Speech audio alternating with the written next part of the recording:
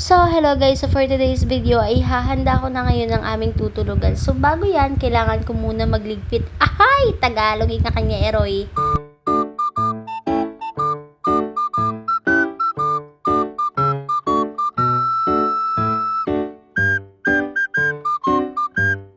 Katapos ko palang siligan ang ilarom ng aking kama ay kailangan ko munang siligan siya para malimpyo ba. Kailangan ko lang muna linisin ang lahat para malimpyo ang aking higaan kasi kailangan mahitsyo siya. Nagpapakaalam man ako magtagalog. Oy, hindi ko ba alam magtagalog ng street on the street?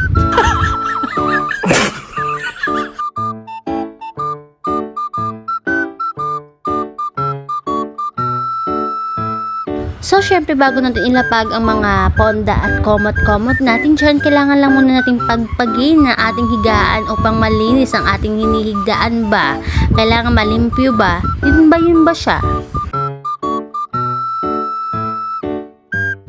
So, habang pinapagpag ko pala ang aming higaan ay ang aking palang upod ay andun siya sa CR na uro. Ang tagal-tagal niya, pinapahugas ko pa siya, maiha lang siya.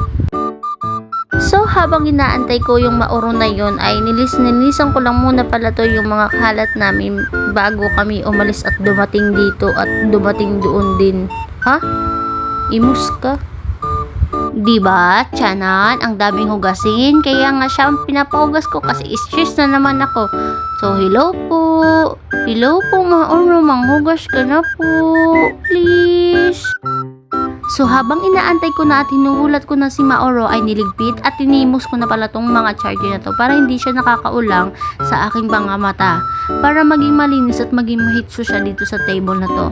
Kailangan ko siyang ilagay sa tamang lalagyan kung saan maupay ang kanya butangan para hindi na siya maera sa aking pangulaw. So, gimbutang at nilagay ko na pala siya dito sa ilalim ng cabinet na to para maging mabaysay. At sinaksak ko na pala yung charger ng wifi ng charger mo para mabaysay ang wifi ng charger ng nanay at tatay mo. Surprise ko na pala sana si Mauro pero ako ang na-surprise sa kanya. Naligo pala siya. Hala, oh my god, naligo na si Mauro. Aha! Oh, ang isip mo na brain ha.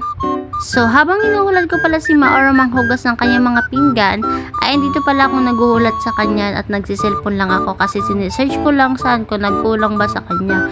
So, ako ay mapahuway na kaya ipapatayin ko ng ilaw kasi bukas ay may trabaho ako kaya bye-bye! No, di pa ngayon tatapos ang araw na ito. Ipapabati ko sa iyo ang pagkagong sa ako.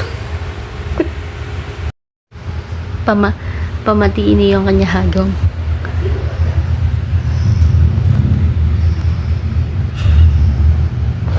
Hindi direct yan sound pero pamatiin lang niya hagong. Naghahagong siya.